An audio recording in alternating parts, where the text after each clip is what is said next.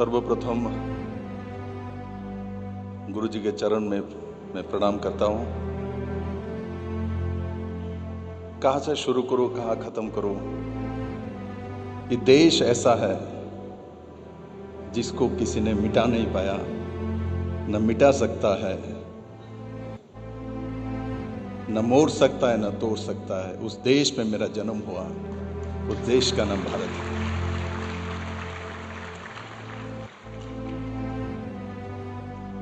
भारत को पूरे दुनिया में किस लिए जाना जाता है? हर एक देश के एक परिचय होता है।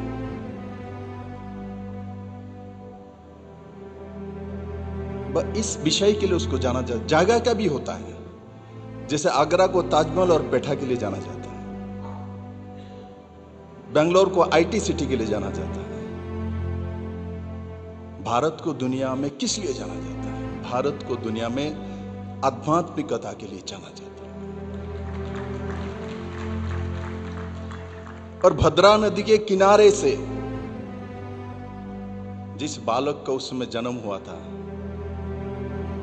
जन्म तो भद्रा नदी के किनारे हुआ था, किंतु आज 185 देश के किनारे में पहुंचने वाला वो महान ऋषि जो हमारे गुरुदेव हमारे सामने बैठे विराजमान, उस समय किसी ने कल्पना भी नहीं किया होगा। साधारण घर से उठ के वहां तक देश की सीमाओं को लेके जाना। और मैं गर्व करता हूं, मैं दोबारा बोल रहा हूं, मैं भारत में जन्मा हूं, क्योंकि दुनिया के सबसे ऋषि, महर्षि, मुनि, जितने भी देवता का आविर्भाव हुआ, उसमें लगभग सभी का जन्म इसी भूमि में ही हुआ। अब घूम के देखिए, गौतम बुद्ध का भी यही हुआ, जैन धर्म के महावीर का भी यही हुआ, आप सिख धर्म का गुरु गोविंद सिंह का भी यही हुआ, हमारे गुरुदेव का भी जन्म यही हुआ।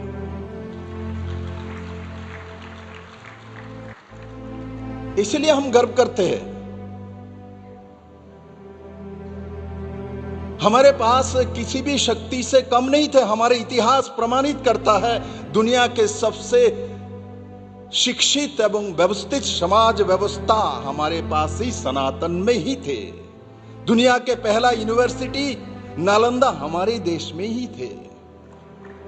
और दुनिया के सभी लोग आध्यात्मिकता शिक्षा लेने के लिए तब भी आते थे, आज भी आते हैं, यहां बैठे। इसलिए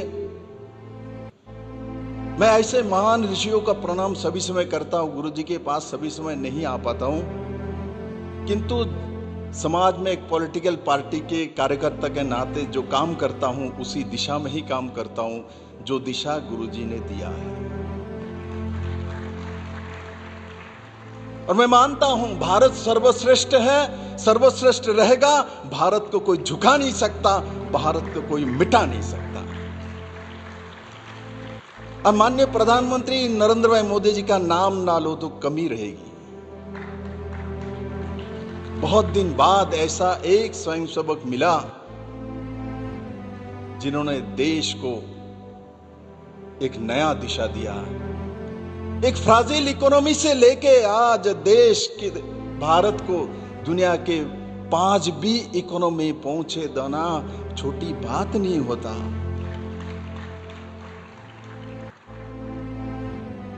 और भारत को पूरी दुनिया मानता है, पहले भी मानता था, आज भी मानता है, आगे भी मानेगा, क्योंकि हमारे देश में ऐसा महान ऋषियों का युग युग में जन्म होता रहता है।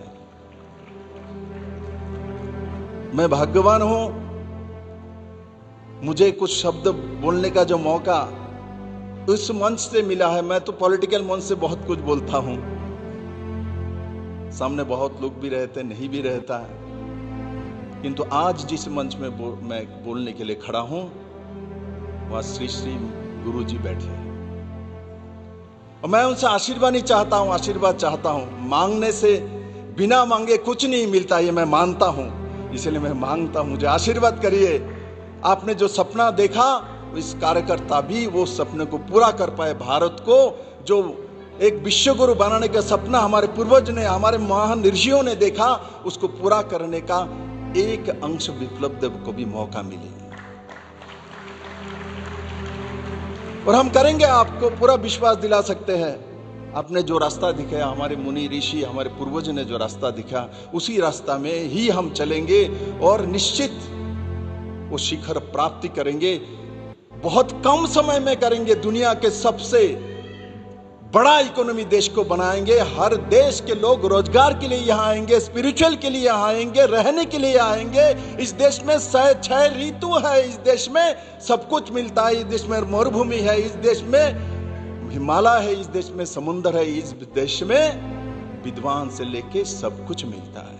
इसलिए मैं इस मन से बड़े मात्रा में आए इतने महानुभाव जिसको मैंने संबोधन नहीं किया है, मेरे भाई और बहनें और सज्जन और दूर दूर से अलग अलग देश से भी आए। और मैं गुरुजी के बारे में क्या बताऊं, पद्मश्री से लेके दुनिया का हर देश ने आपके विचारधारा, आपके आर्ट ऑफ लिविंग का सम्मान किया, आदर किया और पुरस्कृत किया। पुरस्कार गुरुजी के सामने बहुत बड़ा नहीं होता, कि आपके बानी सबसे बड़ा होता है, ऐसा मैं मानता हूं। और आपके 70वीं जो जन्मदिन है, मैं आपसे तो उस जन्मदिन में भी आशीर्वाद ही मांगूंगा। मैं आपको कुछ दे नहीं सकता हूँ, मैं आपसे मांग ही सकता हूँ, क्योंकि आप तो देने के लिए बैठे हैं।